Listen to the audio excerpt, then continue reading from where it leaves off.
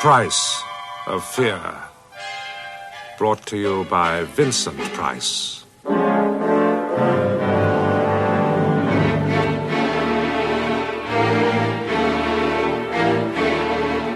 Train trips fascinate me. How about you?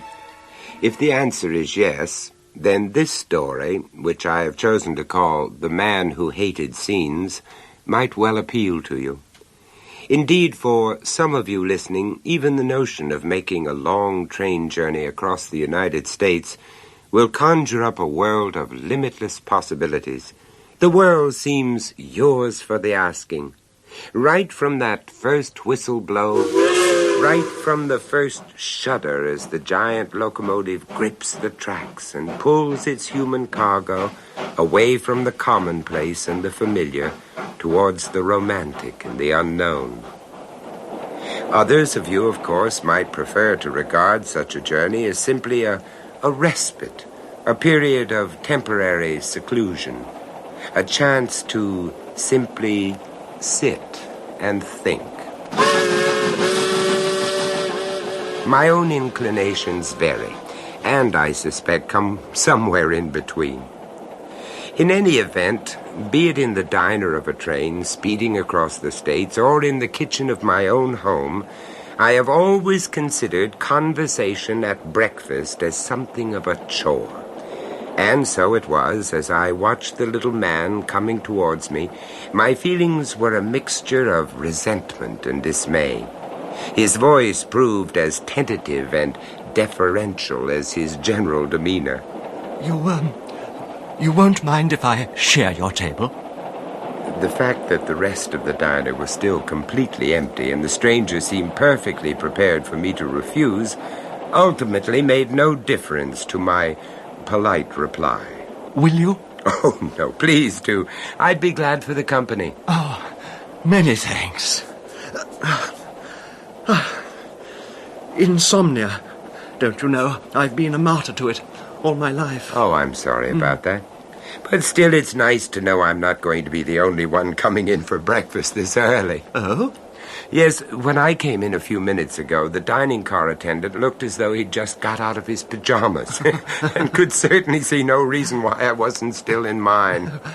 That he wasn't angry, was he? Well, let's just say not your usual service with a smile. I see. You must forgive my asking. It's just that I could perfectly well come back later if it were more convenient for them. Well, there's no point in making a scene, is there?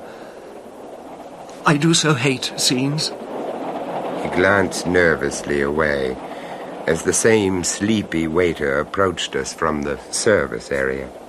He gave his order in an apologetic, hardly audible voice. Just coffee and lightly scrambled eggs, please. Are you going all the way to New York? Oh, much further, much further. I'm travelling on the QE2. We embark on Thursday. Oh, home to England, then? Oh, no, not for a long time yet. Cherbourg first, then the Sun, the Riviera, perhaps, Italy, the Greek islands. I haven't made up my mind. Oh, I do envy you. Then you shouldn't. No? No, it's just a case of doctor's orders. It's my nerves, you know. It's any kind of excitement to be avoided at all costs. Yes. Yes, I do understand. I think you really do. For some unknown reason, I'm sure you do. So, my friend, you can imagine the kind of state I got myself into when I discovered my wife was being unfaithful to me, can't you? Your wife? Marilyn. So beautiful, so very, very beautiful. Oh, but perhaps you'd care to judge for yourself. I just happen to have it. It's only a snapshot, but it doesn't do her justice, really. But, yes, here we are. It was taken at the side of the pool, don't you know? Our pool. It's very impressive. Marilyn loved that pool. I'd accepted and studied the photograph. The sleepy waiter had returned and was grudgingly serving my companion's breakfast. Yes, the girl was certainly beautiful. There was no denying that fact. Even though the photographer had caught her just on the point of emerging from the pool, her charms were not only obvious, but a trifle too obvious. The high diving board framed her head. It reminded me somewhat disconcertingly of a gallows. I ordered scrambled eggs, didn't I? What? Yes, I'm sure you did, but they've brought you fried. So bad for the digestion, don't you know? Oh, well, these things are sent to try us. Oh, nothing of the kind. I'll ring for the service. No, please don't. I do so hate scenes, you see. Please. Well, just as you wish. Thank you. I suppose it's fortunate for me I've never been short of money. It really is a wonderful insulator, old man. It protects me from all kinds of anxieties the average man can't avoid. It's probably why I've never objected when I've been overcharged or anything like that. Far easier to pay up. Remain calm. You were telling me about your wife. Marilyn. Oh, yes. Beautiful. So beautiful. The most beautiful creature I've ever seen, or am ever likely to see. I thought so right from the very beginning. Where was that? It was at a resort in Florida. She was a swimmer before our marriage, almost made the Olympic team. Did she really? Yes, really. Anyway, she was doing some exhibition dives from the high board into the hotel pool. She was wearing a white bathing suit. I remember seeing her poised high above me. She seemed a positive goddess incarnate. Diana turned mermaid instead of huntress. Does that sound fanciful? No, not at all. I didn't think it would. Do you? I never thought I was in with much of a chance, though. She was a good 20 years younger and always in the company of half a dozen bronzed Apollos. But, well, we just seemed to hit it off right from the start. The difference in age didn't seem to matter. A case of mind over matter. I suppose you could put it like that. In any event, within a month, Marilyn and I became husband and wife and were off on our honeymoon. We were so very happy. And afterwards you returned home? Home? It's a big Spanish type of place just outside Santa Barbara. A truly beautiful spot. I don't think I ever wanted to leave that house ever again. It gave me the seclusion and peace my nerves required. I had everything I ever wanted. And, Marilyn? Oh, for a long time she loved the place too. We'd splash about in our pool every day, and often I'd just lie in the sun and watch her diving. And sometimes... Yes? Well, sometimes we'd send the servants away for the day and, if you'll pardon the expression, we'd swim in the nude. Well, it was genuinely idyllic, my friend. In an age when all the graciousness seems to have gone out of life. Idyllic. So much so that when it finally came, Marilyn's outburst took me completely by surprise. What's so surprising about it, for God's sake? And you needn't think I'm so dumb as to not realize what you're getting out of this setup, either. Getting out of this set? Yes. This place, miles from anywhere, perched on the edge of nowhere. Well, it exactly suits your ends, doesn't it? I thought you liked the house. A rich, eccentric, middle-aged recluse, comfortably ensconced in his 20-bedroomed ivory tower. I've always felt you shared my preference for the solitary life. But not the godforsaken. I don't understand what you're getting at, Marilyn. Don't you? Really? For a gentleman of your intelligence and breeding, I should have thought it altogether too obvious. However, I'll tell you. It's quite simple. Marilyn, do you think you ought to drink so much? You didn't have the guts to stay on here and go it completely alone. So, for once in his life, one hermit ventured forth. He took a little trip into the big outside world with the deliberate intention of trapping a little spouse to keep him company. I've never thought of our marriage as a trap. Ego being what it is, I'm damn sure you haven't. But take it from me, it was just an arrangement right from the start. An arrangement to suit your own ends. I've always tried to put your happiness first. Huh. Happiness. That's a word from the past. But I've given you everything you've ever asked for. Everything. I'll grant you the bait was acceptable enough at first. Bait? Of the very finest quality, there's no denying, but bait, Harry. You made the whole arrangement seem irresistible, didn't you? But the world was to be our oyster, remember? New places, new faces, forever and ever, world without end. Amen. Oh, you really had me believing it, too. Right up to the end of the honeymoon, you actually had me believing it. And afterwards? Well, the honeymoon was over, wasn't it? So was the new faces, new places routine. And in its place, this, a cage, damn you. Oh, well up to the standard you taught me to expect, I'm not denying, but a cage for all that. Marilyn, I love you. Right from that first moment. You knew that you wanted me, so you wooed me and you won me. You moved me into your millionaire's Alcatraz and then you throw away the keys. I still love you. Oh, maybe you do. Enough to go back? Back where? To where the arrangement started going wrong. To our original arrangement, Harry. New places, new faces, forever and ever, world without end. It is not an arrangement. It never has been. It still is. And shall I tell you something else? It's never going to be anything more, Harry. Poor Harry. Poor Harry.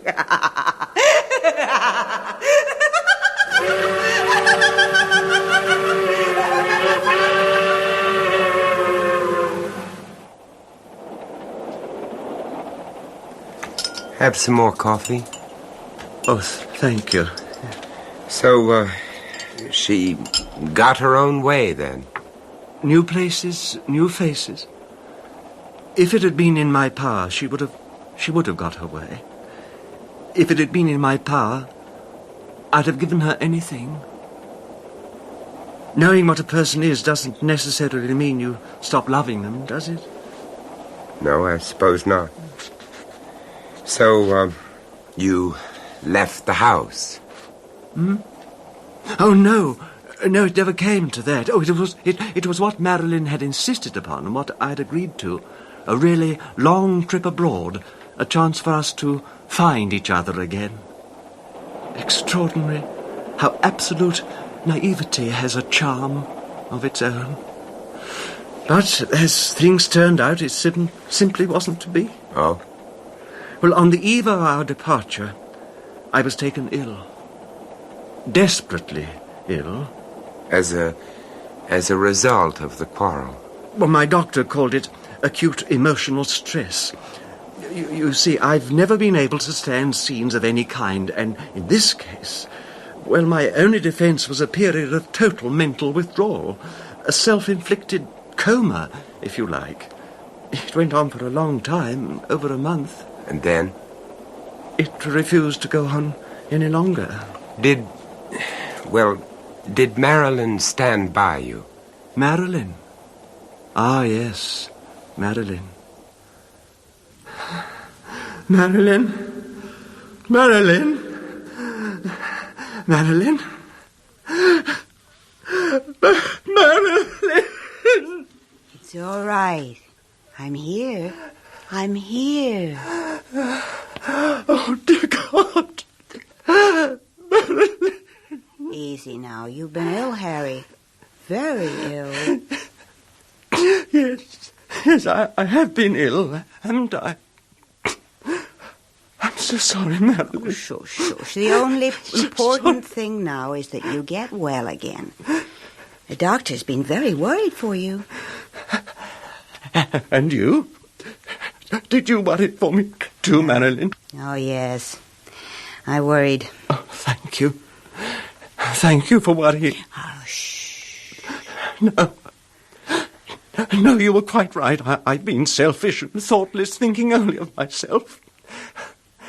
But I'll make it up to you. You'll see, I'll make it all up to you. Of course you will, by simply getting well again. Yes, that's it. Well again. Yes, and then we'll make that long trip together, eh? Just the two of us, just as we've planned to do before. No. Pardon? There's not going to be any trip, Harry. Not just yet. Not for a long, long time. But I thought that was what you wanted. It was. Well? And then you became sick. And I realized I wanted something else much more. I wanted you to get well again, so that we could always be together. Together here, Harry. I wanted this place for just the two of us. I wanted to look after you and care for you here in our own home, Harry. And I decided that the most important thing in the world for me was to make it into a real home. Not some kind of show place. What? Not some kind of domestic hotel either, where everything gets done for you at the press of a button. But I'm not sure I understand what... It's perfectly simple. I got rid of the servants, Henry. The servants? We never really needed them. Don't you see? It was they that came between us, Harry. Our only real happiness came when we were allowed to be alone together. But how are we going to manage with that? Easily. I've already arranged it all, and it's working wonderfully. A woman comes up from town every morning to take care of the heavy work. I can get anything we need by making a phone call and having it delivered. Well, what more do we need? What more can we ask, huh? Nothing, my love. Nothing. Just the two of us. Just the two of you. And tell me, did it work out like that? No. No, not quite like that. Well, how? As the weeks went by and I got steadily stronger, Marilyn thought the occasional change of scene might speed my recovery. Nothing too far afield, mind you, nothing too taxing, just a little jaunt along the coast, the odd picnic in the hills. Well, my nerves being what they are, I've never felt confident enough to drive myself, and Marilyn didn't really feel up to it. We had got rid of my old chauffeur along with the rest of the staff, and so... So you engaged another one? Marilyn engaged one. His name was Charles. I had no objection to her choice. My own newfound happiness was such that I was scarcely aware of him. What was he like? Charles? Oh, he was in his mid-20s, I suppose. I dare say handsome, in an obvious sort of way. But, as I say, I was hardly aware. Not until that night. The night when... Oh, my God. Dear God. Dear God. That night is still with me. I woke up with a start from a very deep sleep. Marilyn had taken care to give me my usual quota of sleeping pills, but for some reason on this particular night, they hadn't done the trick. Perhaps it was meant. Well, for several minutes I just lay there, perspiring heavily, getting my bearings, aware only of the ticking of the clock. Then I called out for Marilyn. Yes, I didn't want to disturb her, but I needed another sedative badly. But when she didn't answer, I got up and went to her room. She wasn't there. At first I thought she must have got up for something too, until I saw her bed hadn't been slept in. It was almost 2 o'clock in the morning. I was a little alarmed, so I began to look for her. Marilyn? Marilyn? It wasn't until I reached the downstairs living room, which opens onto the patio, that I heard voices.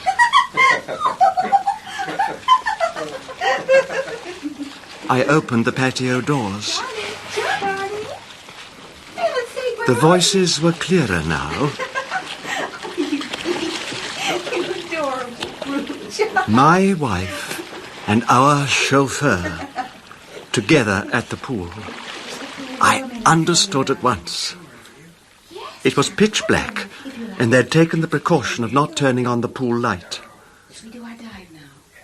But I could hear them laughing and talking in low, intimate voices. I heard them climb the steps to the high board and dive together into the deep water.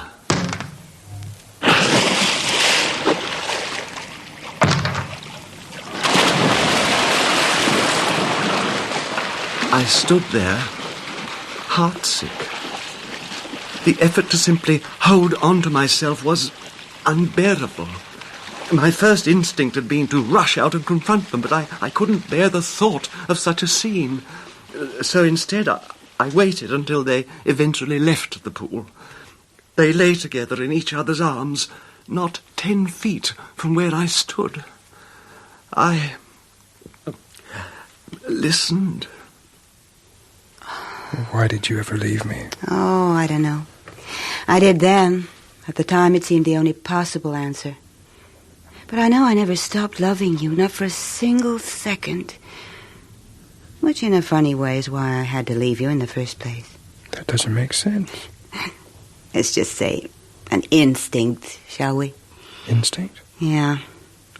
The kind of life we were living together must one day have killed that love. It wasn't so bad. Wasn't it? Diving exhibitions at second-rate summer resorts, the odd gala.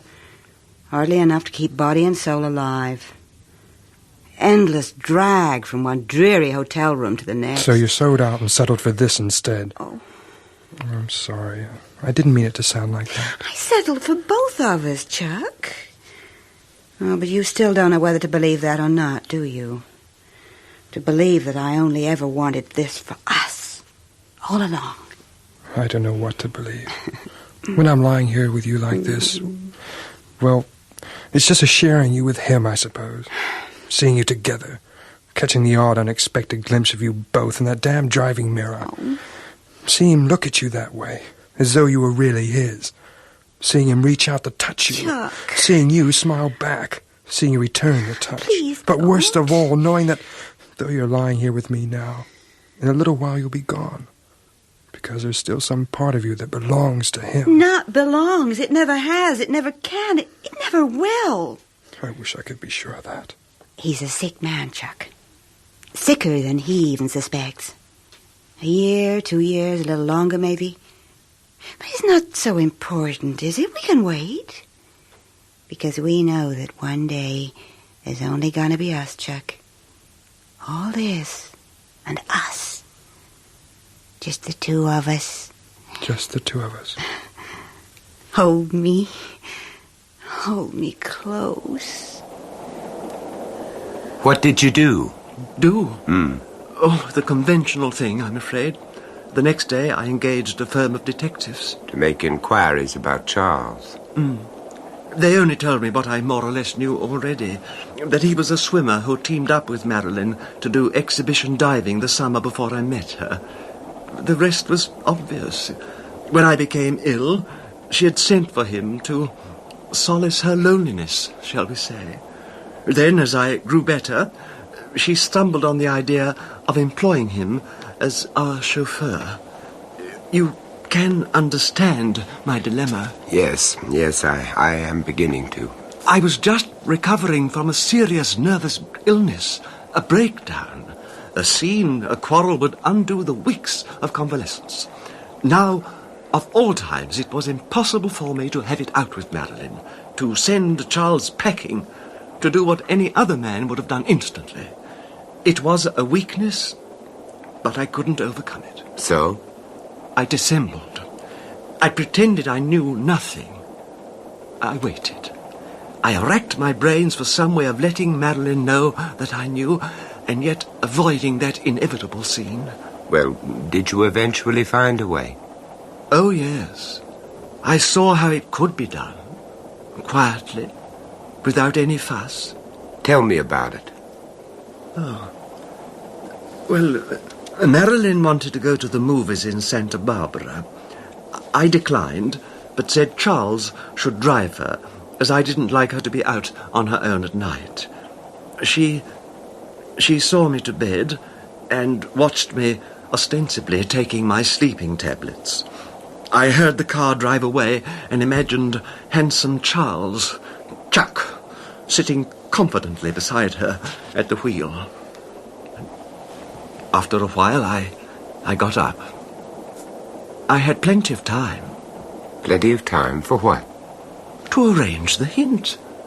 The hint that would let them know when they got back that I was fully aware of what was happening between them. Oh, go on. It was well after midnight when they got back. Very dark. A hot, sultry night, just the night for a swim. Marilyn didn't even come up to her room, but went with Charles directly to his.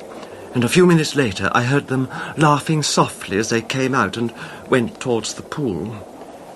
It was inky dark, but I knew they were climbing the diving tower. The high board creaked as they stepped out onto it, and creaked again, sharply, as each one dived off into the pool. Marilyn first, then Charles right behind her. Their little game they enjoyed so much. It was too dark to see a foot in front of you, but of course to swimmers of their skill it made no difference. In fact, I rather imagine it added to their fun. And your hint, did it work? I mean, did it break up the affair? Oh, yes. It broke up all right. The affair ended that very night. A truly effective hint when I finally thought of it. You see, my friend, that evening, as soon as they had left the house, I opened each of the 4 valves and drained all the water out of the swimming pool.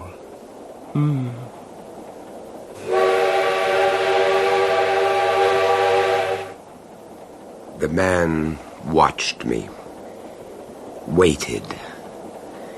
I could think of nothing to say. After what seemed an eternity of silence between us, the train entered a tunnel. It was like the fall of a curtain.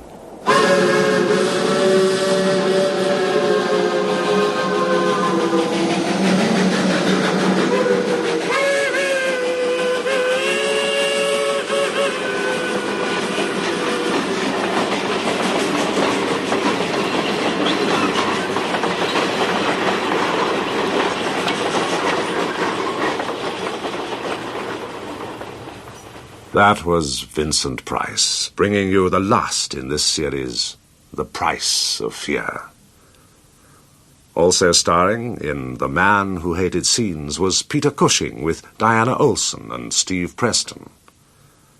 The Man Who Hated Scenes was first recounted by Robert Arthur, dramatized by William Ingram, and produced by John Dias.